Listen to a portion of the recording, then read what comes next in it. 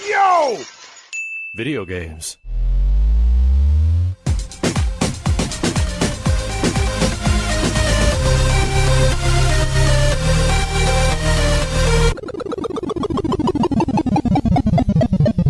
What up, dudes, and welcome back to the YoVideogames podcast. I'm Matt. And I'm Andrew. And once again, thank you to all our generous patrons who kept us going for over 400 episodes. Yeah, if you're interested in becoming a patron at any level, please check out patreon.com/YoVideogames podcast. Dude of the week is Keandre C. Thank you, Keandre. Brand new dude. Welcome to it.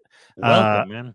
We have a shitload of side quests and currently dealing with some family stuff. Nothing too bad, just private issues, and that's why we haven't done a ton of side quest content this month. But normally we do side quest content pretty regularly, and there's like 58 side quests on there, essentially episodes that are either requested by patrons or maybe topics that we didn't think were appropriate for a full episode.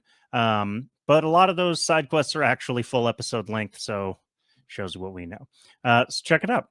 But we have kind of odd news. We were going to talk about we are going to talk about the Xbox Developers Direct, but it gets hit with we're 24 days into the new year and 3,600 layoffs. 36, 34. 3,600. I think I heard somewhere. I mean, tomorrow it'll be more. Yeah, 3,600 layoffs already. So that puts kind of a taint, a shadow, if you will, over the Direct. Yeah, like we're kind of just pointing this out because like this is Riot Games laid off a bunch of people is like the big one recently, right. and Piranha, who makes a lot of those Euro janky RPGs that. I mean, I tried a couple of them on Game Pass or whatever. I forget what that one was called, where it had like the Brotherhood of the Wolf looking art style. Oh yeah, what was that called?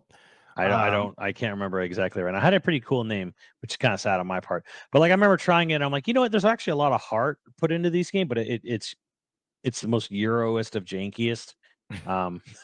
So look, if the idea is good enough, okay. Yeah, it's just look at Dark Souls.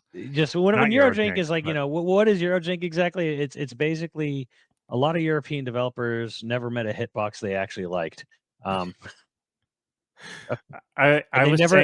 never wanted to have a button press like actually like the action of a button press never wants to react as exactly after the button's pressed. They want to give the machine time to process that information of you pressing a button. I made this joke to my brother where I basically said that the Japanese developers are so good at making games that even when they try to make a Eurojank game, it's still pretty friggin' good. And I was talking about Dark Souls.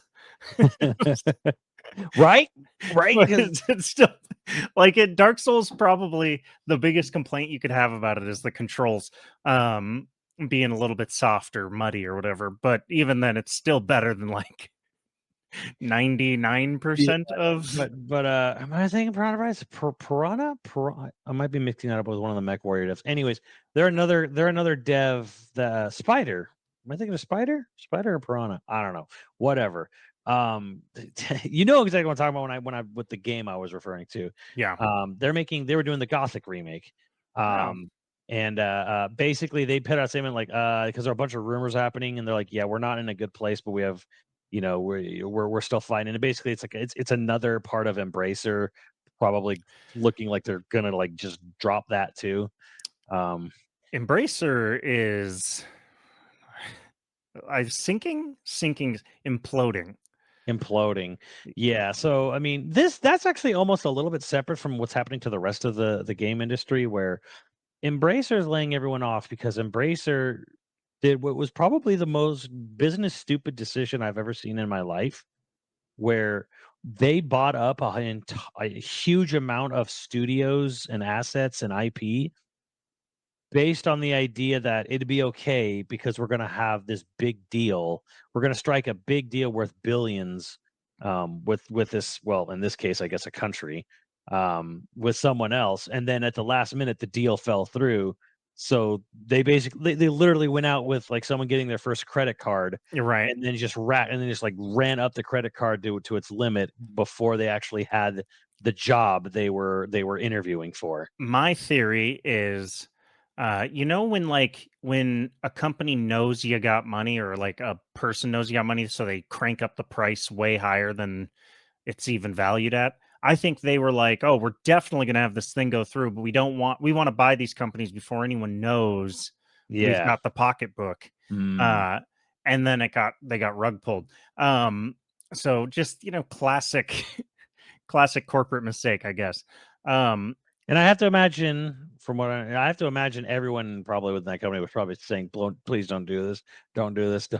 But yes, chicken, chicken before the egg, cart before the horse. right. Um, more cart before the horse. He put the just so Embracer's basically just been getting rid of people, including Free Radical after before they could finish their first comeback game. Um, Yeah, that they're one not kind of even hurts. like I guess they are laying people off, but they're straight up shutting down studios. Yeah, well, they're doing like the full like, all right, that just the whole studio's gone. Where like Right. Riot, in particular, someone like Riot Games and others are like just letting people go. Right. They're just laying like cut this much of our workforce out, and I'm just sitting here looking at this. I'm like, we had a whole podcast recently on this, like end of last year. And I'm like, man, we're heading for a crash. And some people, we got some salty comments about We did. that. People, were who, Yeah. think we're insane, and I'm like, man, I don't know, dude. And the word I'm hearing from other people within the industry, it's not good either. The only people right now who are actually hiring are Japanese developers for some reason. Well, I think there is kind of but correct me if I'm wrong, because I'm not a huge student of gaming history, but Japan always either misses the crash that happens in the West in gaming history, or they do it a few months earlier and then recover.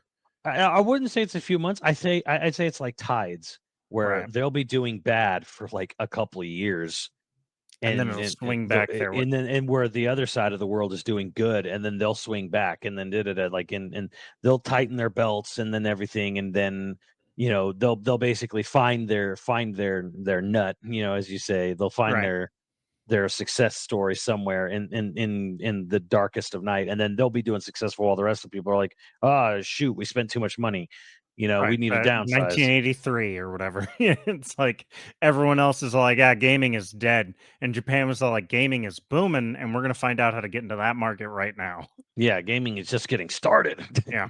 Um, yeah, so a shitty way to start the year and a shitty way to have a direct, Yeah, but so we're kind of like, we're just saying like, look, man, when Riot Games of all people is having to lay a bunch of people off, it's like, oh, it makes you wonder who else is limping at the who's making moment. my like Epic laid people off, Riot's laying people off, like, I mean, COD is probably going to. I mean, I don't know. Like, there will be redundancies with the Activision merger. I imagine. Yeah. If it hasn't started happening already. But hopefully, with Microsoft, they can be like, all right, well, maybe not developers, maybe. Mm, The thing is that developers are, I think, for the most part, considered contract workers, and Yeah, and those are always the ones I know from experience. Contractors are always the ones that get cut first at the first sign of trouble, because it's always assumed that you can get them back really fast and easy if you need them. yeah. And then of course there's the other elephant in the room, and I know They I all so moved across country to return to office, and now they're getting canned right before yeah, or yeah, right that's after. Yeah.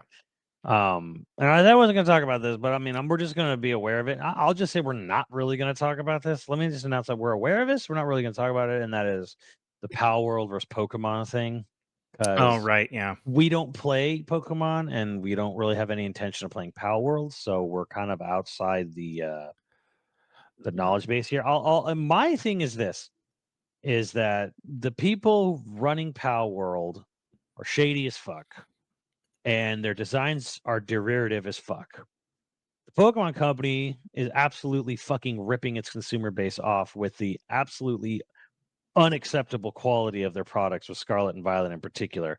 Both are true, but none of you are ready to have that conversation. Okay, well, I guess we're gonna get some salty comments this time too. Both can be true. Both can.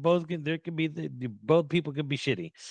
So, Yeah, I definitely think that like discourse around Palworld is it's gotten even weirder when it finally came out that it is not AI.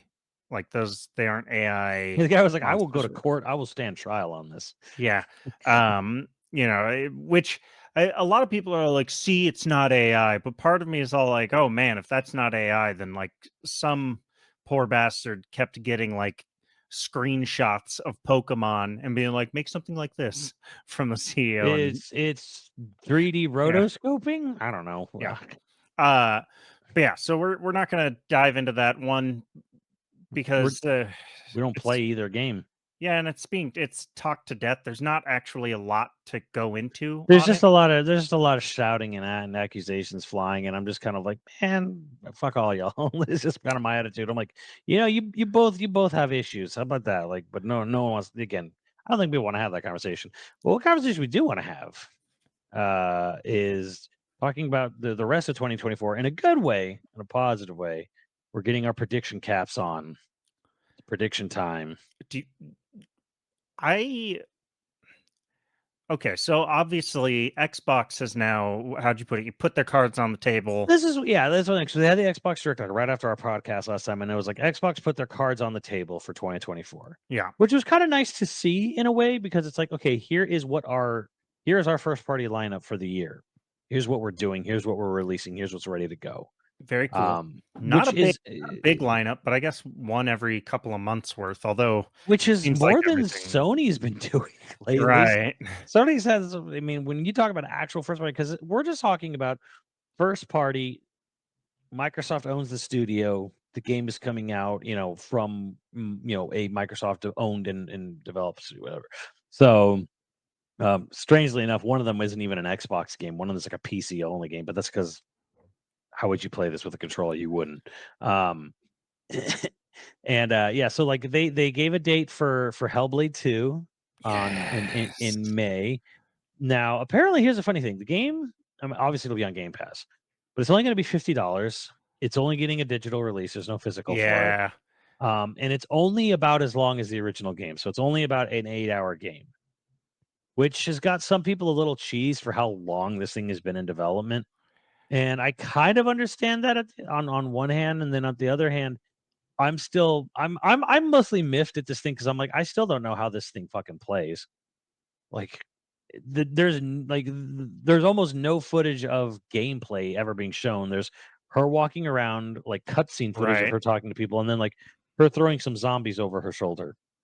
Like, I don't know what do you do in this game, because all they ever do on this game is talk about the tech, and we talk to so many psychologists and professors and research. We researched in tech, and I'm like, Right. And the audio specific tech and how you want to play with headphones, and which is what they did for the last game too. yeah, That's really yeah, all they talked about for the last game before the run up too. yeah. Um, I, the funny thing is I played the first game. I played that sort of on a fluke because, like, I had seen it and I was kind of like, Mhm, like mostly because they didn't show anything about it. And then I played it. I think because I got it gifted to me or something like that, mhm. and I ended up really liking the first game. But it is short. It's short and it's intense. Um, I'm not that surprised that this one's not going to be longer. One, because the game is intense. Mhm. But two, the game is beautiful. Like, just from what I Yeah. remember how the first game was beautiful too. So I expect it to be every bit as impressive looking this time around. I'm wondering about the combat because combat was fun in the first one, but slow, I guess, Mm. would be how I'd put it. I don't know, which isn't what you would expect from a Ninja Theory game, but you know, eh, I don't know. I know I'm gonna get it. I know I'm gonna play it. So me not seeing gameplay, I guess, isn't that big of a deal. Yeah, so I didn't play the first game, so I'm just kind of like I was sort of expecting the amount of time this was taking. I was sort of expecting Microsoft kind of wanted to pivot this into becoming their God of War, answer to that game. No. Similar setting, similar mythology, kind of like third person, very emotional story. I'm like, yeah, they must be setting this up to be their own God of War, and then I guess they're really not. They're kind of just No. it's just more Hellblade with more budget. Yeah, so granted I might be misremembering because it's been several years since I did a playthrough of it, but basically the first one is you're getting vengeance for your lover being killed by Vikings. You're Mm, a Pict. The area has been invaded by Vikings. It's a very surreal yeah, vengeance tale where like you go to hell. Yeah. Like you get vengeance. Um this one I think is similar except that you're going to Iceland, yeah. like you're going to hunt them down where they live or that kind of thing. Which Like, they showed like footage of like, oh, Iceland is this beautiful country, and they show like real footage of Iceland, and then they show the game, and it's like at night.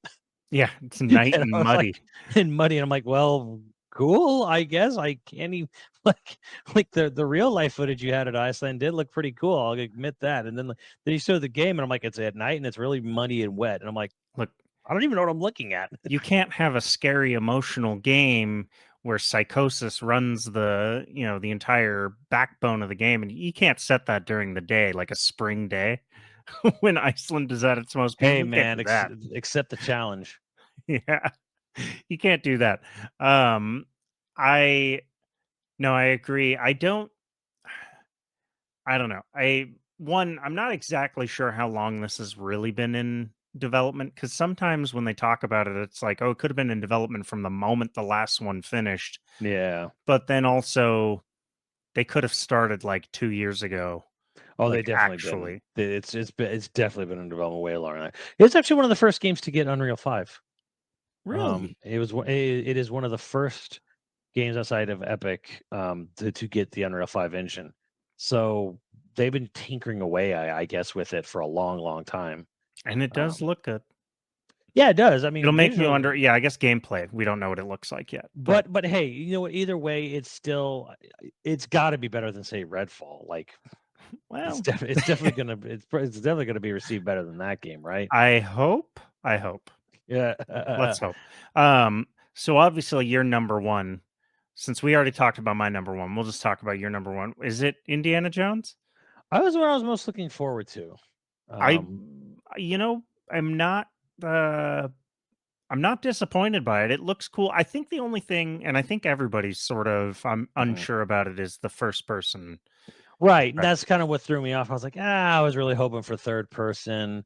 However, it is Wolfenstein devs, and that's kind of their wheelhouse is first person.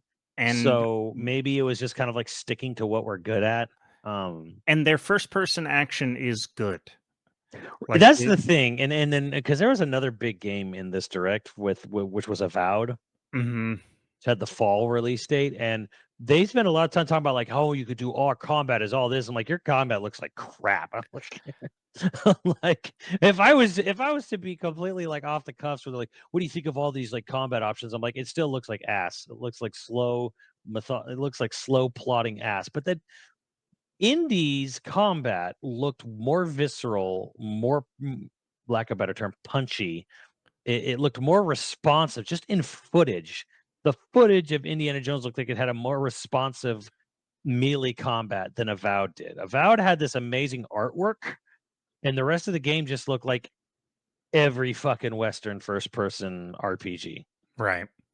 Which yeah, I'm kind of dumping on Avowed, but frankly, if you're into the Skyrim and Fallout style of RPG, Avowed is probably looking really hot for you. Probably looks real good at Outer Worlds, all that stuff. Like Avowed probably looks pretty nice.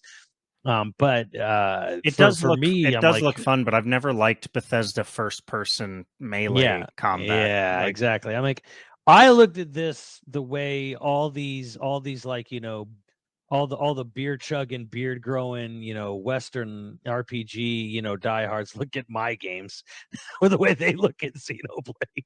They probably like, this looks like all the others, this looks like the same shit over. I'm like, yeah, it's great. So I'm like, I'm kind of sitting here thinking like, okay, this is like shoes on the other foot, where it's like, look how cool Avowed looks. I'm like, it looks like every other fucking game that's that's ever been made. And they're like, that's what I say about your games. And I'm like, it's fair. Yeah. I guess I'm somewhere in the middle where like I'm not really excited for Avowed, but I don't have any hate for it. I hope it's good. I hope Thing is, I have hope it's good. enjoyed. I've generally enjoyed some Western RPGs. Fable Yeah. Well, yeah. and Reckoning. Kingdoms of Amalur Reckoning. Actually, kind of enjoyed both of those games. But Well, written by they, R.A. Salvatore, so right, and the thing is, though, both of those games really have focused on making their combat punchy, mhm. like and really like just sort of visceral and easy. That Um, and Fable has like a goofiness to it that lets you overlook a lot of. Which everyone forgot when they finally re-showed that. You remember last summer when they finally re-revealed Fable? Oh yeah, And, and everybody was weird about the humor. yeah, they're like, "What the hell?" I'm like, did anyone even be play Fable? Like, Look, the truth is that like a lot of the commentary that you see online, especially, is like it is actual kids that have never played a lot played of it. Fable, Like yeah, they're like, yeah, and then all the chuds were like, "Why is you look? Does the character look so ugly? Why does the female avatar look so?" I'm like, "Did you play Fable?" Like, yeah. Well, everyone kind of had like this goofy, ugly look because like. they're English. No, I'm kidding. I'm kidding. Well, There's a lot of very pretty English people. Okay, that's a joke. no, but no, it's sort of this tongue in cheekness about like that's always been this sort of caricature, right? Like Yeah. this Fable is like a caricature of fantasy and Charles Dickens kind of like mixed together with like very Monty Python esque humor. Hell, they got John Cleese in the third game. You damn Um, right they did. so I'm like, I don't know. Like to me, it was like, yeah, this is Fable, and everyone's Um, like, why is it like this? I'm like, because it's Fable. Like weirdos. It's like someone asking why there wasn't an emotional, like why wasn't there like a an Oscar-winning performance in a Muppet movie? I'm like, look, nothing Muppets. is like what you got to get is you got to get yourself a Gen Z friend, because then you can just find out if the hate is truly ignorance or if it's just actual hate. Yeah, Something like yeah. that happens, and I just shoot them a text. I'm like, "Hey, do you know what Fable is?" And they'll be like, "No, what is that?" I'll be like, "Okay, it's just they don't know what it is." I mean, it Maybe makes me feel you old. know what? It makes you feel old, and you might just be right there, dude. Like Yeah. I mean, they're on Game Pass, but yeah, like this could easily just be a thing. Like I don't think people are aware what this is. Um, but no, Avowed is now Obsidian is apparently much better than Bethesda proper is. New Vegas is Oh yeah. wildly preferred over 3 and 4, Oh apparently. yeah. Yeah. And Outer Worlds people thought was better, also better than say Fallout 4. Like New Vegas was better than Fallout 3. Outer Worlds was better than Fallout 4. They're both kind of sort of similar, although Outer Worlds is more sci-fi, on another planet, where Fallout, it's just nuclear apocalypse America. But anyways, like I was not impressed at all by what I saw of Avowed. I was just like, and they're like, well, the world's colorful and weird. I'm like, or you just put a bunch of coral all over the environment and decided to call it weird. Yeah, they took the ocean and they got rid of the water, and they're like, "Look, It's weird. I'm like, it's weird." I guess. I think it's actually based on their what was that, Pillars of something. They did a Kickstarter game for like an isometric Baldur's Gate 1 and 2 Neverwinter Night style game. I forget what it was called. It was a successful Kickstarter, and it's based off that unique world they created for their Interesting. games. Yeah, so it's actually it's in a way it's like it's in the Obsidian created universe they started to create Well, what I would before say they got about it bought. is like Obsidian is solid. Like I wouldn't put them in the same class as Bethesda just because, like you said, New Vegas alone kind of sets you can set expectations that it's going to be it's going to Yeah. be well made. It's going to have personality. What they showed in the direct didn't necessarily jazz me up, but at the same time, like I don't know. I don't have any negative expectations of it Well, either. the We'll interesting just thing see, was right? that was fall specifically, no month or day, but it was fall. And then Indiana Jones just said 2024, which to me means okay. So Avowed comes out in September, and Indy comes out in like November. Probably. I'm Yeah. like, that's just how I read that. And then there was a not Civilization game coming out in summer just for PC, and I have nothing to say about that. You're talking about Ara History Yeah, Untold? yeah, You don't like Civ games? no. You don't like Civ games at all? Mm. I know we've had this conversation before. One, I think you can play a Civ game with controller. You can. It's Um, on Game Pass. I've tried. yeah. Um, I don't know. You either like these or you don't like these. So it's like the pitch, Like this is a very specific genre for a very specific type of. right? Like it. I don't know why. I mean, I understand why they put it in the direct, but I don't know why you would like. Why would you make this a showcase game in terms like I guess maybe Civ has a much bigger following than I thought. I like them. I like Civ games. I mean, I wouldn't say that I'm like a guaranteed buy for this, but I would say that like yeah, I'm open to it. I liked it. I I liked think it's watching very the much like presentation. this is who it's for. Does it look cool? I mean, I think it does look for what it is and what it's trying to do. I think it does look pretty interesting, and I like how they have this sort of what if you took this historical like king or conqueror or whatever and kind of like play it out a little differently. Like how would that what would that look like? Yeah. I'll say this too, like to be positive about the game. Um, they're very open and transparent about how they had these um closed tests or for people who follow them, like they have like a fandom and they let them in early into like sort of like early access, and they were talking about how like yeah they immediately made adjustments from people playing the game in various stages of development Right. and being like, oh yeah, this is the problem, oh yeah, our animal AI was way too aggressive, was kind of their one of their takeaways. And I'm like, you know what, that's actually pretty cool to see because it kind of follows the same thing Baldur's Gate 3 did, where they had really early access and people were, because it doesn't even matter how good your QA team is. It's like just having more eyes on it, or just they're gonna find things you just overlook when it's That your and job to go in every day and go in and like to go into the salt mines of development. It's like you're gonna miss the forest for the trees, on some things. and also having like your core fandom be the ones doing that early stuff. One, they're going to give you some grace. They're going to be more understanding and supportive of the process. But two, whether it's your job or not, like you're never going to beat a person who like loves that type of game Mhm, going in and doing all the things to mess with that game. Like you're just never going to find the same problems, if that makes mhm. sense. So like, Yeah. um, a QA tester, they're professionals, and yes, you can make a career out of doing QA. I think a lot of people think QA is like a, um, I don't know, like a joke, like a cool Entry fun level. guy. Yeah, it's like it is entry level in some ways, but like a lot of people view it as like a fun. It's just like you're gonna sip a beer and run into what like it's not grandma's boy QA testing is my Right. point. Like they are professionals.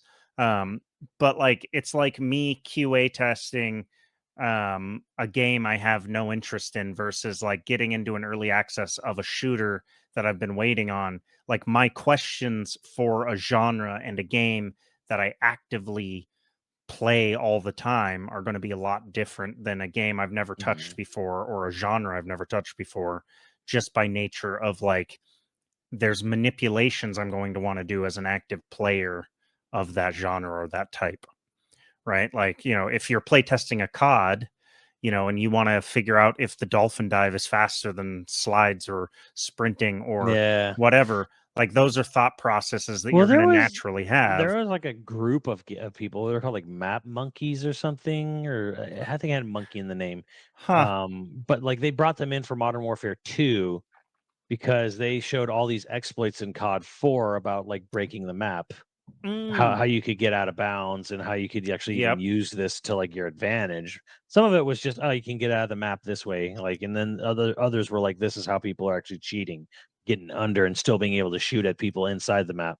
So they actually brought a group in, at some point early on before the game was out for Modern Warfare 2 to try to like, all right, we'll try to plug all the holes in our map.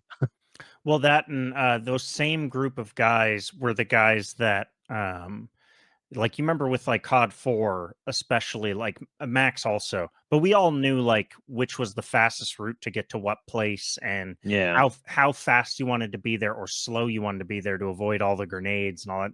Same group of guys did that for the Modern Warfare 2. Like they tested all the maps to find out what the fastest routes, where the Mhm. most likely place grenades are going to be thrown, like that kind of stuff to adjust maps to I mean originally I think they were going to get rid of it, but also you know, Thing is, you want to have some really good you wanna fucking have like stuff like points. that. Yeah. Like you want to have points where yes, people will throw grenades and they're likely to hit people because they're going to run up the middle or whatever. What you want to avoid is is the spawn and bog Yeah. in that back corner where you have three walls around you. You're just in this complete secluded corner, one way out, and all anyone has to do is start the match and just boop, like, Yeah. launch a noob tube in there, and you literally will win the match immediately. I don't know what you're talking about. Yeah, you do. Shh. No, it's a secret still. No, it's not. I Damn remember near because I don't 20 know if it years was later. you or someone was like, "Let's play." I was like, search or destroy." Might have been you and DJ. We're playing search and destroy. We do bog, and then it's like countdowns 3, 2, 1, round over. I'm like, Yeah. Yeah, that was me. Well, it was me or it was Phil. Phil was the first my brother was the first person I ever saw that like learned doing that and started doing that. And within a few days, everybody was doing it all the time. So either he saw somebody, he either saw the guy who figured it out or he figured it out. But yeah, he taught me how to do it, and then we did that all the time. like, yeah, if you just start the map and you have an RPG, grenade launcher on your gun attachment, just point straight up here, like aim at this, shoot it, and then you'll actually kill the whole team in one round. Yeah, or And that's shoot that's just that, over that the bus, and or yeah, for the mode, it's like there's no respawning. It's a non-respawn mode. So you die, you die. So you can just wipe the whole team in a and everybody has to second. sit there and be angry. That's beautiful, and more games should be like that. I don't give a fuck. Uh, but yeah, Ara is probably not your jam. It's Not my most jam, but likely not a day one for me, but I will probably end up playing it or getting it or something. you gotta, you know what? Here's the thing. Like, it's some like 90s era electronics boutique when they were mostly PC focused at the time. It is some Sid Meier, Will Wright, it's some like it's some sim bullshit shit. Like How and dare you? It's not The Sims. you almost have to respect the fact that Microsoft is still down to be publishing and releasing these type of like, you know, these type of games in this and even in 2024. So I good saw on you. them. I saw you wanting to call it a boomer ass game, but the truth Well, is it's a Gen X ass game, and now all the Gen X people are in charge at Microsoft. right. That's why it's coming back. All right, and Well, I'm maybe, here for it. but yeah, I'm like, let's just take time to acknowledge the fact that a first party, is still willing to put out these products. Still cares and loves me. Yeah, but then yeah, but as we get to Indiana Jones, like again, I was a little bummed that it wasn't third. I kind of wanted it to be, I wanted it to be third, but it's first. It's all right. Again, the combat looked better than Avowed. There's one thing we didn't see, this might have just been because of the developer direct. I'm a weirdo. People are gonna think this is kind of awkward and weird, but I'm an awkward and weird person. I have a weird anger when a video game in World War II era doesn't properly show World War II, you know, authentic flags and artwork and whatever. You know what I'm getting at here is because like a lot of times they'll just like everyone wearing they have the armband with the Iron Cross on it. I'm like, Well, they oh, did the armband with the Iron Cross instead of the armband with the swastika for regional purposes. Like, right. And I understand that. And yeah, so a lot of people are like, look, this is how we get around it. I'm like, or you could just spend the money to have a different version for different countries. But again, that's not it's usually kind of like, well, why even bother with that expense? And but it's Wolfenstein devs, and they've been very gung ho in on Wolfenstein about like, oh no, this is what it is. Like you are blowing the heads off of yeah, Nazis. killing So I'm Nazis. like, you kill Nazis. It's their proud tradition, and I really hope it continues with the Great Circle. God, I hate the name. But I hope it kind of continues there because like it's such an iconic part of Indiana Jones. Like him fighting, him fighting Nazis in 3 out of the 5 movies, technically. Well, I'm really hoping that they didn't somehow Disneyfy it, where it's like, if you shoot a Nazi in the head, I hope his shit ass fascist brains blow out the other side. All right. Right, that's the thing, because like you see him like just like wow, like just punching them straight Yeah, in he's the head. punching him and he's whipping him and stuff, but I want you to punch him so hard that his eyeball pops out, okay? I don't think we're gonna get M rated, but it would be kind of cool. Here's the thing. Here's the thing. Maybe they should go M rated because if anything, like because like they showed like was it the villain Emmett Voss or whatever? I'm like he should have like a really gruesome death. Like you Yeah, like gotta really face melts. yeah, you gotta have that Yeah. really like traditional like face melting, like face melting, face shrinking, face exploding, eaten by crocodiles. Oh, that was really cheap. Or like aging into dust. Plane crash, like plane crashing in the body. Like I still feel Mads could have gotten a more gruesome death than just you know blowing up in a plane crash. But whatever. Yeah, I was thinking melted by Greek fire. That's what I I thought thought they was were gonna going happen. yeah, because they kept Yeah, mentioning that's that. what I'm I like, thought was gonna happen. I was expecting them to like, fry him like an ant under a microscope. Yeah, I really thought that's what like I leaned over to Elise and I was like, "Oh, melted by Greek fire." Like that's what's gonna happen to him. No, they didn't. They chickened out. They gave Well, him a it clean was it death. was definitely in a reshoot, so I wonder if maybe that like got lost in a re in the reshooting I don't or know. of I don't know. Either way, like I'm kind of expecting a glorious, disgusting, gruesome death. For like I don't know what he is, Nazi scientist, Nazi leader, whatever. I'm kind of really hoping for. I'm pulling through. I mean, Machine Games has had so much weird, gruesome shit in their games. Yeah, You it know, would be a return to tradition for both Indiana Jones and Machine Games, so I want it. so Yeah. exactly, I want it. Not crazy about the name. I think the name sounds Fisher Price as hell. Um, I I mean, I don't know. know there's story relevance, but it sounds dumb. It just sounds like a children's book. Look, nothing is ever going to go as hard as Raiders of the Lost Ark or Temple of Doom. Like Well, a lot those of are the people are two saying, best well, a lot of titles. people, it's weird because a lot of people say Temple of Doom sounds just as stupid as Great Circle. I'm like, no, it doesn't. What? Like, no, the it doesn't. What, the what do you thing that what, what are you what are you on? Like, I like to remind people that Indiana Jones is very much supposed to be a rip of the B movie reels that ran before movies, like good movies. yeah, Like it was a not even a B tier, it was like a C tier reel that like you had to go see 5 different films in a month to see the whole episode right, of this adventure style. Like the whole style of the movie is a rip on that.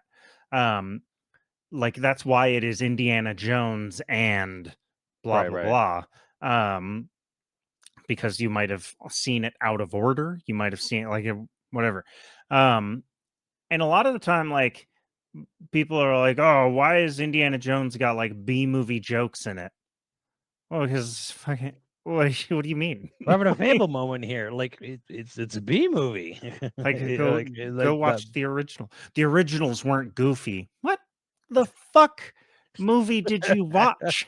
Like, what are you talking about? Oh, these effects look cheap. The originals didn't look cheap. It cuts to a map while he's flying across the ocean to remind you of these cheap ass reels that used to run.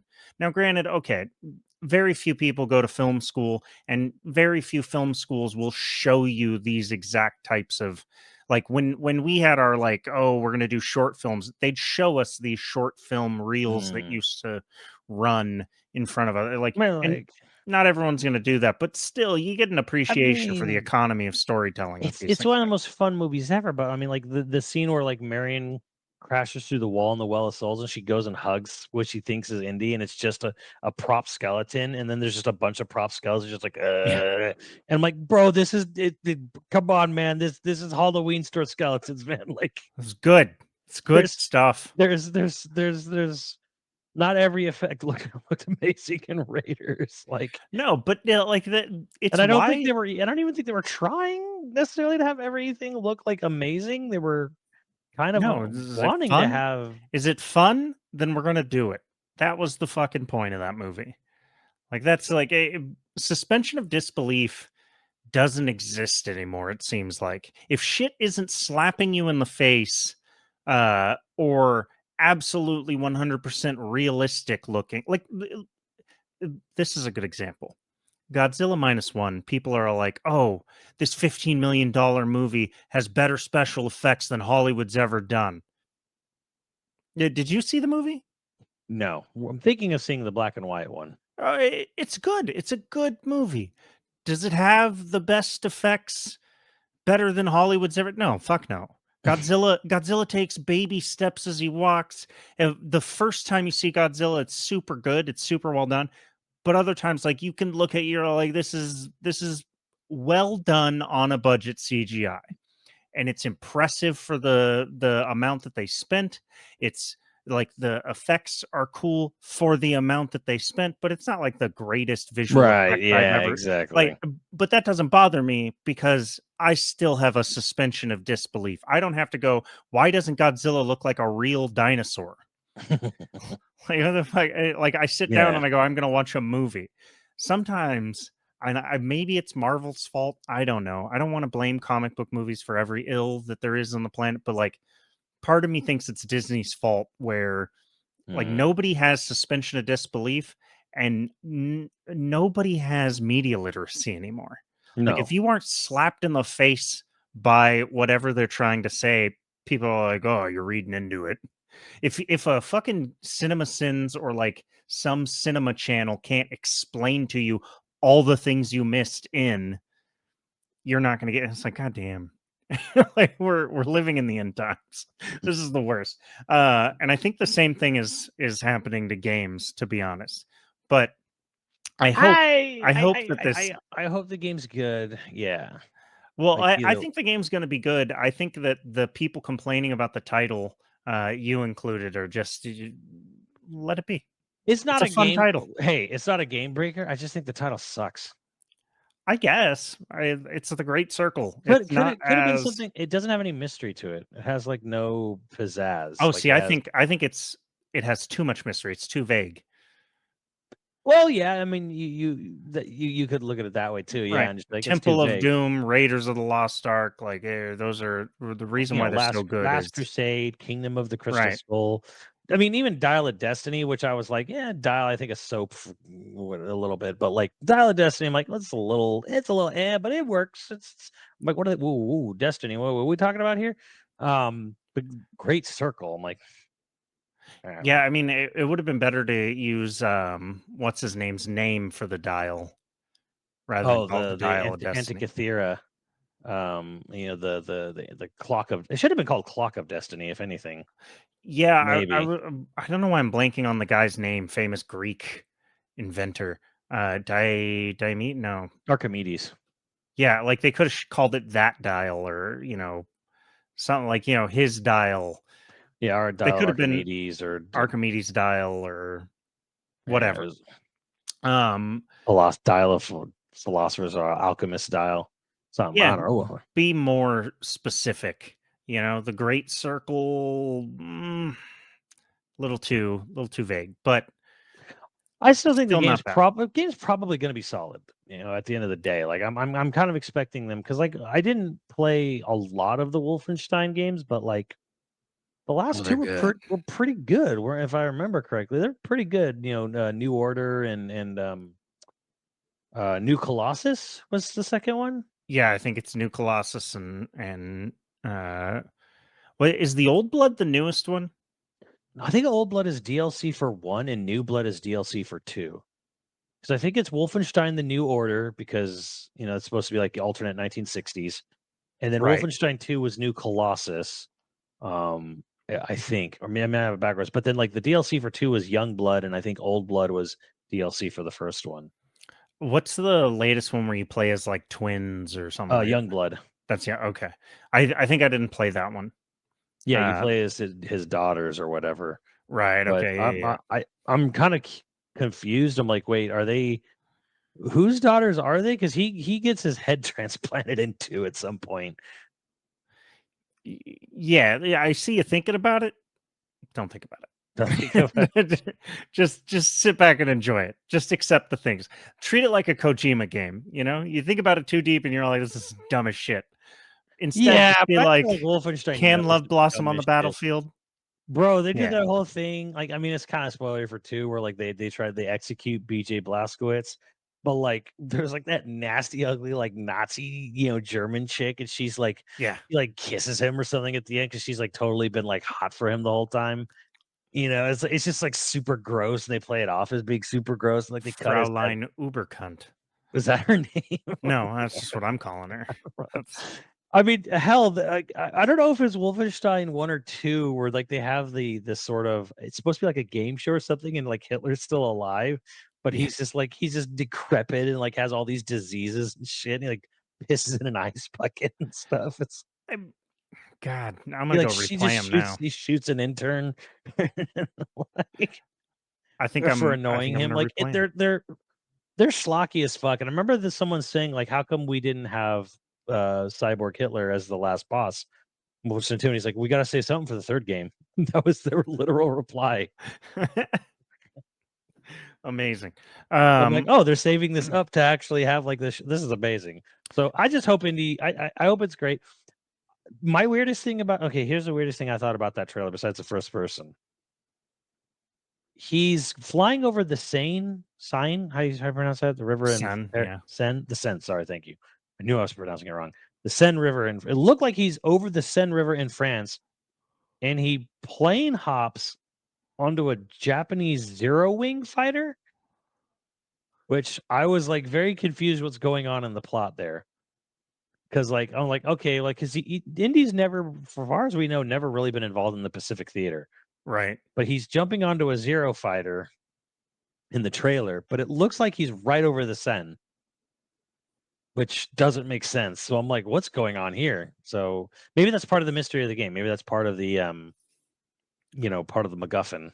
They're like expanding it to fight the Imperial Japanese. No, I think it's actually going to go into the Philadelphia experiment. Ooh. Okay. I think the Great Circle is going to is going to be about teleportation and stuff. Okay. All right. I can see that. Yeah. That's my crazy theory right now. Huh. Going from it is like like whatever that whole, because the whole thing about the circle is literally about all these different sites, That spiritual all line up, right? Yeah, all these sites of spiritual significance around the globe all form a circle if you connected the dots. So I'm like, okay, I think it's going to be about portal hopping or something. Well, we're gonna find out. We're gonna And find out. that's my thing. Like, because here's the thing: what the plot is like, hey, they're testing it out, and they're sending Japanese fighter planes into into France to see if they can do this, and they can literally like invade America through a portal, or all of a sudden they'll just be there. That's their great plan for it. Is to launch an invasion, because frankly speaking, if you're one of the biggest problems any country has with America is that we're gonna be incredibly hard to invade. Well, yeah, it's just the reason why the only truly expeditionary military in the world is the American military. So, like, imagine if you had a way to teleport, like your army instantly over into the middle of America. Like, God help you if you pop out in Texas. Like, we're here to invade you. Fuck yeah, man. Finally. They've been like, I've been waiting my whole life for this. What's that gif that's been going around because of Russia claiming we didn't legally buy Alaska? It's like it's Brock Sampson from Venture Brothers, and his eyes twitching, he's covered in blood, and it's just gonna try and take it. And his eyes twitching. It's just you just come out and it's just a bunch of Texans sitting around like, finally, all this time I've wanted to be a Minuteman. Here I am. Well, yeah, that's my like weird indie fan speculation. But anyways, so I think the Xbox has got a pretty good 24. You forgot one game, Visions of Mana. Well, it's not theirs. It's multi-platform. Well, they announced it in the. Here's the thing. It was cool to see them at least trying to reach out to Square Enix and being like, look, everyone knows we don't have great Japanese support. Yeah. Can we get some, let's show us, let's have a Japanese RPG on our Xbox Directs to show us that we actually are serious about trying to get more games on there, and not just late in the day ports. Is that how you think that's how it went down? Like they were? Yes. I think Phil is very much trying to, I guess you could say, worm or weasel his way in, but I think he's just doing what he should be doing, which is, I think he's trying to just get more support, and he knows he's got Sega and Atlas on his side. And he's trying to get Square, and he knows Square is the big one. I think he knows that Square Enix is like the big prize that that Microsoft is struggling the most with. And I think he's probably thinking, and I don't know if it'll work, but Series S is a pretty tiny console, tiny and compact, and it's cheap. They're selling it for cheap. And if he can get Square Enix, like major Square Enix support, he can start stealing massive thunder away from the PS5 in Japan, because it's not just selling based on its size. You think the size and the price and the fact that people aren't really buying a PS5 very much. I think he might see this as like a sort of inroad. He can make maybe. I mean, they're still not selling. They're not like the Xbox isn't selling good in Japan at all either. But are the handhelds like the Rogue Ally and? That's a good question, and I don't know. I don't know what Steam Deck and ROG Ally and what their support in Japan looks like. Very good question. But someone, not me, could probably hopefully answer someday. But think of it this way, because Final Fantasy VII Rebirth has a 3-month exclusivity window, just 3 months this time. Mm-hmm. It ends in May. Imagine if Phil was able to come out and say, Final Fantasy VII Remake and Rebirth will be on Xbox, on Game Pass, even starting at the end of May. Maybe just Remake, but you could buy Rebirth on the Series S at the end of May in Japan. He's like, you guys don't have to buy a PS5 anymore to get Rebirth. You could spend $200-$300 less and get a version of Rebirth that you could play without having to buy a PS5. I think that's the biggest win he could possibly get. I don't know if that'll happen. Probably not. But again, their window of exclusivity for Rebirth is tiny. And that is the only way I can see them making major inroads into Japan. Also, frankly, if they come out and say, we'll be day one with Dragon Quest 12 on Xbox. Well, yeah, Dragon Quest is like one of the most popular. Yeah. Like those are some inroads I think Phil could actually make in Japan to actually really see. But Visions, but that's not, we haven't said anything about Visions, man. It actually looks good. Yeah, it looks like a lot of fun. I don't know if it's necessarily I wouldn't buy a console for it. No. I wouldn't go I wouldn't race out of my way to get this game. It looked fun. Yeah. Well, it looks good. Did you play the other Visions of the Of Mana series? Yeah, I have. Yeah. They're all action RPGs. Some are better than others, frankly. Wasn't there one on the DS? There was. I feel like there was one on. There was Game Boy Advance. There was sort of Mana on Game Boy Advance. I feel like there probably was a Mana game on DS. I think that might be the only one that I've played then. Secret of Mana is kind of like the classic one on Super NES. A lot of people remember and have played. Yeah, I don't know if I played that one. There's Legend of Mana on PS1. That got a remaster a year or two ago. That one's okay. Very pretty, but like kind of random. I was just trying to think like because I feel like those like Crystal Chronicles had however many on you know there was one on DS at least. There's two, I think, There's two eventually. on DS. Okay, There was like Echoes of Time and something else. because I also played one on DS that I played the shit out of. I'm trying to think like the last time I played either one of the Mana games or a Crystal Chronicles game, Hmm. and I think it is the DS, which had to be years ago now, like a Yeah. decade, like Yeah, at least a they've decade. had a couple remakes recently, a Secret of Mana remake, a Trails of Mana remake. Those are more recent games, but those are like 3D remakes of Super NES games. And this one actually looks way more open, more bigger. Yeah, Like so it looked good. That was a summer release, I don't know, like it was nice to see them trying to reach out and get some more Japanese developer support, but they really haven't had. Um well, it does definitely make you wonder what Sony's got.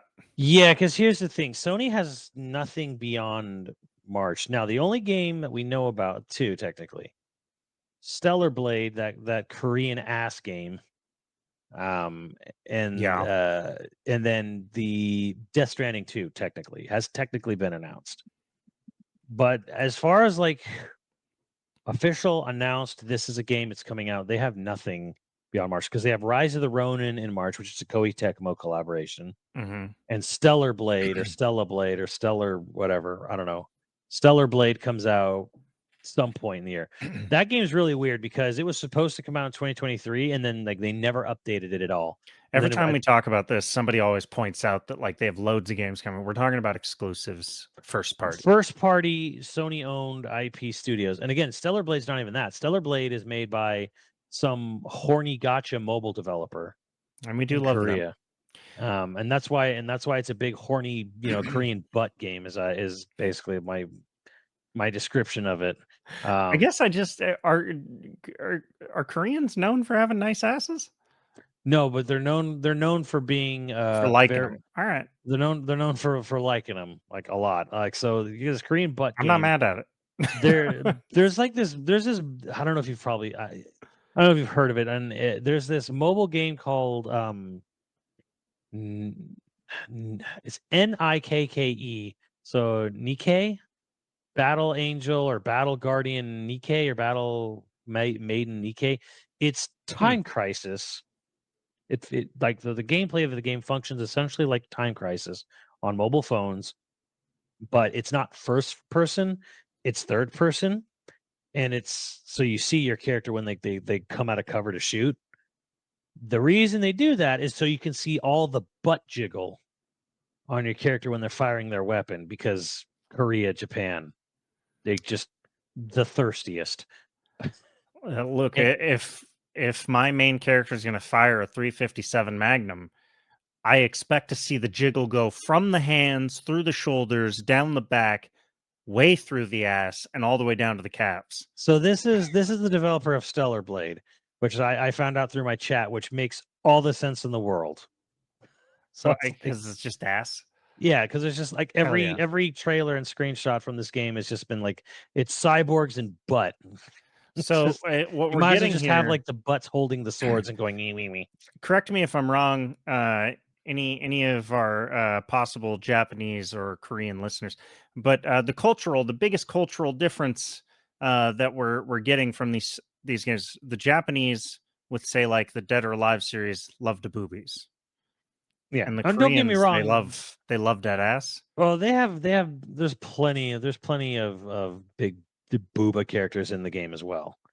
But I'm just saying for Stellar Blade in particular, Stellar Blade is it's just called the buy. It's funny because they released like a blog or a preview of it, and they're like, did you know that the main character of Stellar Blade is based on a real actress? And they showed this, those photogrammetry things where you stand in a cylinder of cameras Hmm to scan. And they're like, yeah, she's based on a real Korean model. And I'm like, and the Korean model is wearing like this skimpy ass bikini while they like and do the full 3D scan of her. And I'm like, really, guys? Like, not only did you do this, which you don't need to do, all you really needed to do was you didn't need them like down in like skivvies and like, but the fact that you're sort of like proud, like promoting it, and I'm like, If everybody's having a good time, I'm not going to judge it. I guess, but it's just kind of like They're all consenting adults having a very good time. Just, enjoy that, I guess. I don't know. Hence why I just call this game it's the Korean butt game. Korean butt game. But yeah, it's a character action game. Sony does not own the studio. It's another collaboration like Rise of the Ronin, which I'm actually way more interested because it's sort of like this dim view it's got this dim view of Matthew Perry. No, not that Matthew Perry. It's 1863 when basically Japan was forced to reopen. Yeah. And there's basically like a lot of like, infighting and pushback from the decision to open their borders, which America kind of basically told Japan they're going to do it. Mm-hmm. So, Yeah. so I'm actually very interested in this Rise of the Ronin game, which is going to be like, oh god, That does look really cool. Yeah. how is Japan how's Japanese develop, or how are they gonna look upon this little section of history? Probably not good. Well, probably not, but it's got samurais and 6-shooters, so it's pretty awesome. So I'm interested. I'm actually kind of interested in that game because it's the closest thing I'm going to get to Ghost of Tsushima 2 because Sony doesn't want to announce it. It's never coming. Which leads me to my next point. What is Sony doing? Like for the rest of the year? Like, okay, I've asked this rhetorically, but for you, what do you think, Andrew? What is your prediction of Sony's actual first party game this year? Even if it's just one game like Spider-Man 2, like they had Spider-Man 2 and Burning Shores DLC last year, that was it.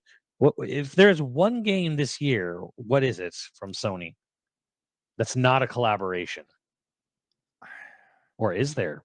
Or maybe the prediction is there is no game. No, so I do actually sort of think that the one game that they'll announce it will be like a Ghost of Tsushima 2, because it has been long enough that like they could for coming out in fall. They could maybe. No, I sort of expect them to do like a Venom game. Oh well, that's technically leaked. I don't know when they said that was coming out though. Was that next year? I'm not sure, but that's because it's just another Spider-Man game. But he's angry. Another. I don't know, though. To be real though, what are you just? Would you just guess like maybe another Spider-Man DLC? Well, I would guess that it's like a Spider-Man DLC. One, because it's a solid seller. They know it's going to be, maybe it's not going to be as big of a win as Miles Morales, but they know it'll probably be a solid win. God, I don't know what they're kind of like ripe for in terms of like a shock announcement, unless they're going to like announce The Last of Us 3. Okay, so we know that probably isn't going to happen. Here's my prediction is PS4, PS5 Pro. PS5 Pro will be real. Yes, I think I think that is a definite reality. Is it going to be this year? If it's not this year, it's next year, right? Yeah, because it's been 4 years. It'll be 4 years this year. Right, even though they've only just now started announcing things that require a PS5. Exactly, which I'm predicting PS5 Pro will be this year. Okay. It will be. It annoys me greatly that they're even doing it. And with it, they'll announce a game that doesn't need it. That doesn't need it, but they'll tell you it needs it. I'm trying to think of what that Bloodborne could possibly remake. Be. No. What do you mean? No, what do you mean? Bloodborne doesn't exist. There's no Bloodborne. Bossing say. I think the PS5 Pro is coming out this year, less because Sony needs it, and more to distract people away from Switch 2. Oh, you think it'll just be like a play to make people not? But Switch people that are going to buy the Switch don't give a shit about. Correct. Correct, but Sony will still see it as a threat. And they're going to want to tell you, like, don't buy another Switch 2, which won't be nearly as good as a PS5 already. You need a PS5 Pro. You need to drop $600 on the. And my guess is there'll be some game, possibly from Sony Bend, the Days Gone devs.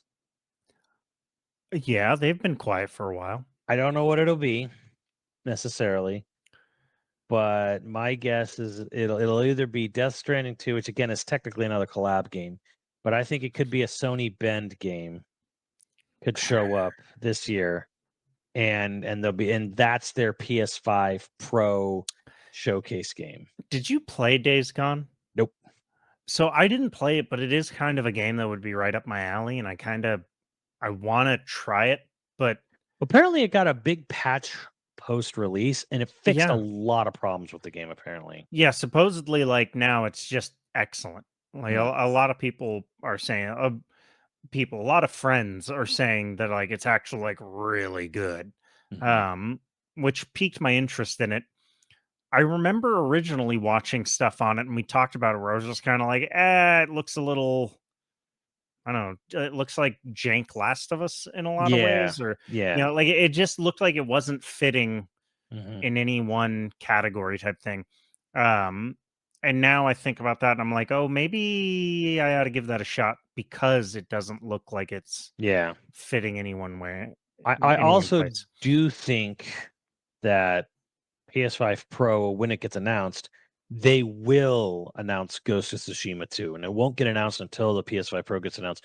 And Ghost of Tsushima 2 won't be a launch game, but it will be a game that they're going to sell the PS5 Pro on. Like, you need a Mm, PS5 Pro. Why? Because look at how good Ghost of Tsushima 2 is going to look on it next year.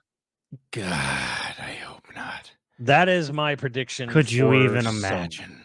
That's my prediction for Sony. And They're then they're gonna announce the PS 5.5, and it's a beefy ass Sony handheld with a dock to connect to your PS5 because they love peripherals that require they love an extremely expensive console. Yeah, like they'll have it's a handheld. It's like a ROG Ally or whatever, but PS5, like what everyone wanted that other tablet thing yeah. to be. It's that. But if you want to play it on your TV, you gotta have a PS5. You actually have to own a Yeah, PS5. yeah. You can't. You could use this for handheld, but if you want to play it at home, you have to have a PS5. God, That's the it's most Sony move I've ever thought of. it is, sadly. And then I think you and I both predict Switch 2 is happening this year. I think Switch 2 definite. There's no way it's I not. think the output of the Nintendo games is not bad, but it's also clearly showing that this is the end of the road. I, yeah, and I mean it's really long in the tooth. Do I think they're gonna move?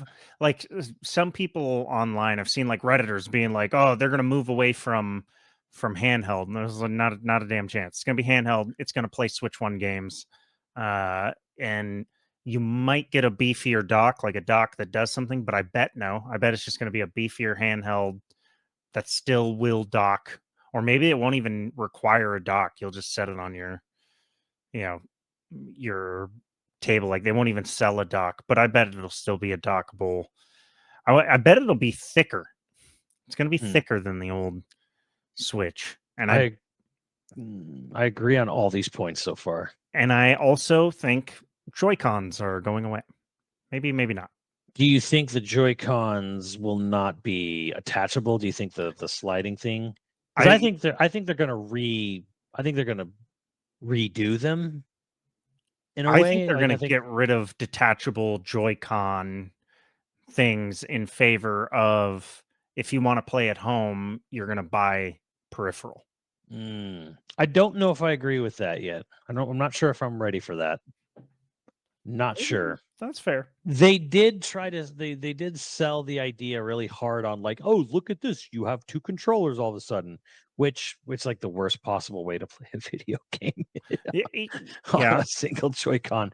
I'm not sure if they're it was a big selling point for me because at the time that it was coming out, yeah. I was traveling a lot still, And the idea of being able to take this on an airplane and be able to play, whatever multiplayer game, couch co-op style, Mhm.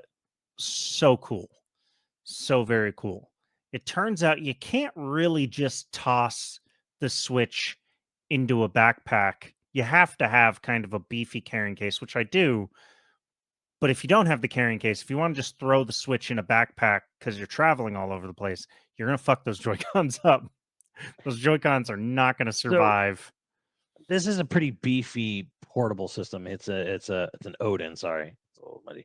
An AYN Odin. So this does not have detachable things, but you would say the Switch might be more like this Yes. in a sense, where it's like it's beefier, it's thicker, but it doesn't necessarily do the detachable thing anymore. Yeah. You think maybe all the problems they've had with Joy-Con drift might be a factor in there? I think yes, part of it is that the Joy-Cons they're really fragile. Hmm. And part of that is the detachability, I think. You need smaller, less intense joysticks Mm, for I mean, look at the battery life on a Joy-Con too. Not bad, but part not of the great. reason part of the reason you get even as good as that is that the buttons and the joysticks are really low power. Mhm. I don't know. I think they're going to go to a non-removable, or at least they're going to launch a version that is also non-removable. I will dissent on the Joy-Cons because I almost think Nintendo would be like too prideful to admit they made a mistake. And I can see that. I'm literally only banking this on stubbornness, Yeah, on pride and stubbornness that and I could see it. I could see it. Yeah, I think the business side of your brain is correct yeah. and probably the smarter thing to do. But I think there's this prideful, stubborn side of Nintendo where I'm like, see, that would be the smart thing to do, probably. But I nah, admire it about them though. they're too stubborn to admit when they goobered up. But I will say this: there will be a gimmick Oh yeah, on the Switch too. I don't know what that gimmick is. I'm going to guess their weird gimmick that everyone will scratch their head is going to be cameras. I think they're going to bring because DSi did this. I think they're going to bring augmented reality stuff back. Like Pokemon Go or like the thing where like the 3DS had like the camera cards. Little character would come and stand on the card or whatever. I've been saying Um, this for I think a few years now that AR is the actual future of VR style Because gaming. It's I'm just thinking Japan, because that's Mhm. all Nintendo thinks about. That's all they care about. I think about people in Japan on the trains, walking around, and I'm thinking they probably want to do something with camera, either for social media or for AR gaming. And there's no camera on the Switch, nothing like that. But like they're still into mobile, they're still into on the go stuff. And I just had this feeling there's gonna be some weird, goofy, stupid thing with the camera. Now, obviously, not every game is going to require or need or anything, but they're going to try to sell you real hard on this. We're going to have all these like built-in like Photoshop things for like you're doing selfies Uh-huh. or like taking pictures of stuff, or like maybe it'll have some ability to like how like apps can sort of like give you measurements if you take certain pictures, and like Uh-huh. it'll do some shit like that where it's like you can like create a level in Mario based off of your desk, take all these pictures of your desk with the Switch 2, and it creates a level. Like it builds a background around it or whatever. I can definitely see that. I can also see more interconnectivity between your phone and the Switch. Just if we're Mm, looking at Japan, like way more of mm. your like connectivity online or to AR. Like if you're doing Pokemon Go on your Switch, it pings off your phone to tell where you are to do that kind of stuff. Yeah, I can totally yeah, see shit like that. Using your phone as a second screen. yeah, Like I could yeah. see gimmicks like that happening. Yeah, I would agree. I would definitely agree with that. They probably might gonna more mobile app integration. That's almost yeah. I could definitely see them going that way. There'll be something like that though, Probably. because we Yeah. can speculate all day about like the power of it. I think on paper, people might look at it and go, "Oh, well, this is only as good as a PS4 or whatever." I think it'll be more powerful than a PS4. I think it'll be more powerful than a PS4 Pro in a sense because it's going to use super sampling. It's going to use new low power consumption, low tech things that make games run better because that's Mhm. where the industry is going. That's where graphics cards are going. It's Yeah. not even about how much raw power can you throw at something, how many cooling fans does it need. Now it's literally using like AI upscaling and stuff like that. So I think the system is going to give you games that run better and even look better in a sense than PS4 games and PS4 Pro games, but it's just going to be doing it from super sampling. Like it's technically going to run the game at 720p or 900p, and it's going to use upscaling tech on, Right. especially on the dock. Like the dock might have like some like maybe an extra little something in there to like overclock it or like just juice the CPU a bit. So when you upscale on the TV, like it'll upscale on the Switch 2 screen, it'll probably only be 720p. I actually don't think it'll be a 1080p screen Oh, see, I on think a this. 1080p screen is likely because a lot of Hmm, phone screens, like really? aftermarket phone Hmm. screens. I was gonna pick up my phone. Everybody's seen a phone. Aftermarket phone screens and stuff. 1080p is kind of the Hmm. standard on a lot of them. Hmm. Well, that's actually going to be interesting to see. Does the screen is the screen actually 10 because the Switch is 720. The Switch, the original Switch, right now, it's Hmm. a 720 screen. The Wii U was a 480 screen on that tablet. So you're saying they're gonna bite the bullet and move to 1080. So They may not even have a choice. They may be forced into it. right, because it's a 7-inch screen, I think probably, and 7-inch screens right now. Like if you want to build a Raspberry Pi with a 7-inch screen, I think the standard 7-inch screen now is 1080p. I don't Hmm. even think they have lower resolution screens now. I Yeah, it might be might be wrong true. about that, but Well, I could see them being bullied into it yeah. for that reason. So there's that. As far as launch games go, there will probably be a 3D Mario launch game. Is my prediction. It might be the rumored Yeah. 3D Donkey Kong game instead of a Mario game. I just don't know if Nintendo has the confidence in Donkey Kong to be like, this is a system seller. It's really not. Um, I love Donkey Kong, but you're not. Do they care about that anymore? Hard to say. Are they even concerned with that anymore? I'm not Well, sure here's that the they are. weird thing. Their most successful systems of all time both launched with Zelda. Wii and Switch Hmm. both launched with a big new Zelda game, which they will not have that luxury on Switch too, because of obvious reasons. You think they'll do a re-release bundle? I think here's my prediction, and I'm getting really out there. I think Metroid Prime 4 is their core gamer game. It will be Hmm. what's the term? Cross-gen. Okay. There will be Metroid Prime 4 for Switch and Switch 2. That's their core gamer game. There will be some sort of goofy ass lifestyle game that makes use of its cameras. And that will have Mario integration. Like I said, like you'll take pictures of your room and it'll create a Mario level, like Mario Maker style. It'll have pre-built in levels or something like that, right? But for You the make most a part, me. you're gonna have some a make a me. Yeah. It'll have some Mario integration, and that's gonna be their big casual game, their 1-2 switch, their Wii Sports, or what have you. Yeah, that only idiots buy. And I think there's possibly a 3D Mario or a 3D Donkey Kong by the end of the year. I can see that. If I think if Nintendo and I'm gonna say they're not doing this, but they should have because just going by the timeline of when they stopped working on Mario Kart Tour and when they stopped working on DLC for Mario Kart 8, I think it's too soon. I think if Nintendo wanted to fucking not only kill the competition but piss on their corpse and burn it, they would launch this with Mario Kart 9. If Yeah, I think Mario that's a Kart likely choice. 9 was the launch game for the Switch 2, that would basically doesn't matter what you do, Sony, Microsoft, you will never fucking touch us again. We're launching this fucker with Mario Kart 9. Everyone's going to kill each other for it because Mario Kart 8 Deluxe has sold 50 million copies. There's another option in there, and I don't know how likely it is. But yeah, Mario Kart 9 or uh extending Smash again. Yeah, they're Doing working another again. They're working again. They're doing So- small updates right now, and they're doing new. They're doing some new. Someone's doing new stuff for it. But yeah, I would very much like them to do like just.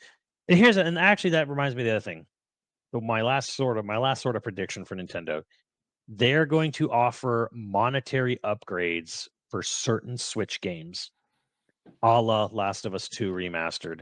Yeah, well, I think They're that's actually just going to be what the industry in general starts doing. they're Wow. going to, for a small fee, even though it's a $70 Switch game for no effing reason, there will be a resolution and frame rate bump for Tears of the Kingdom if you pay a nominal fee, like a small fee for the Switch 2 version of Tears. I hate Or that. you can buy the Switch 2 version of Tears for $70 and they'll drop Switch 1 version of Tears to 60, which might be the weird, or they could just go full greed and be like $80 for Switch 2 version of Tears. I don't think they'll do that.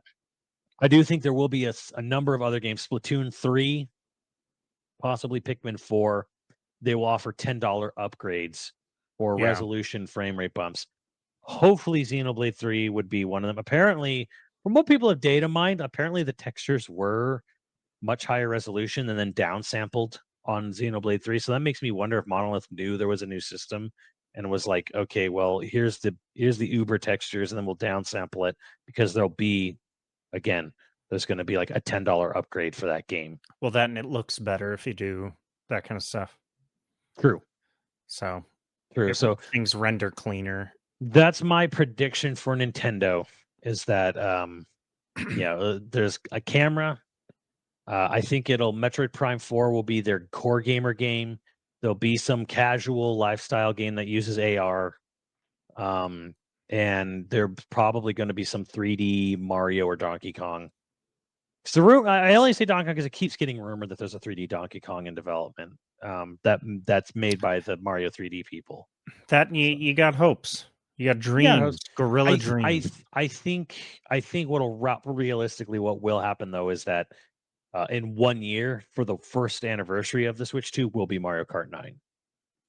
Like it'll either be like the big fall 25 game or it might be the big spring 25 game if they're really pushing it. And I think they're going to do that to just sort of seal the deal on Switch 2 and make everyone kill each other for the system for the next 10 years. Is Mario Kart. I think Mario Kart 9 will be coming sooner than later for the new system. Those are my hopefully we don't have to wait too long to see if any of this is true.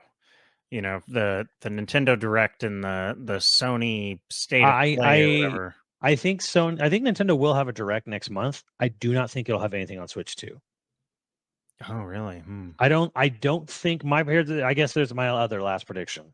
I don't think Nintendo talks about their Switch 2 until after fiscal year ends.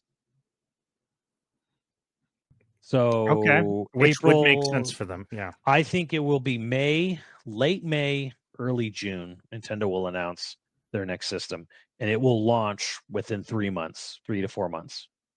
Wow, I would think be a short run. I don't think they want to have any crazy turnover because, and the reason I say this is because I think they want to try to sell as many Switches as possible, and they don't want people to. They want the mass audience to not know about a Switch 2. They want to sell every last drop of Switch they can because they know when they announce a new system, no one's going to buy the old one unless it goes on discount, and they don't want to discount shit. No, I could actually, I completely agree with you. I think that's likely. Plus, they love sucking Apple's dick. So, and this is how Apple operates. They'll announce a product and then release it in a week.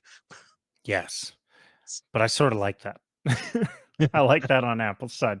But that's our predictions for 3 and our reaction to one of two. Yes, predictions of 2 companies and our reaction to one major party. But let us know in the comments your own predictions, or maybe you think we're super off base on one. Tell us why. I'm going to be interested to see how off when we get to the end of the year. See if we can remember this. How off base were we? Like, well, we got it on video, so like if we got on the last podcast of 24, we get to like the December whatever. Like it'd be fun to actually come back and see how right or wrong were we. I can dig that. Yeah. As always, we've got patrons to thank. Again, if you're interested in becoming a patron at a level, please check out patreon.com/YoVideogames podcast. Dude of the week was Keandre. Thank you, Keandre. And we've got producers to thank. If you're interested in becoming a producer, please head over to YoVideogames podcast Patreon. Our producers for this episode are Zybernite, Mutton Chops Johnson, Scrunami, Croy35, Hyperviper89, LCL Mayhem, Ziggy Z, and Online Persona. Thank you, dudes, and we will catch you next time. Later, dudes.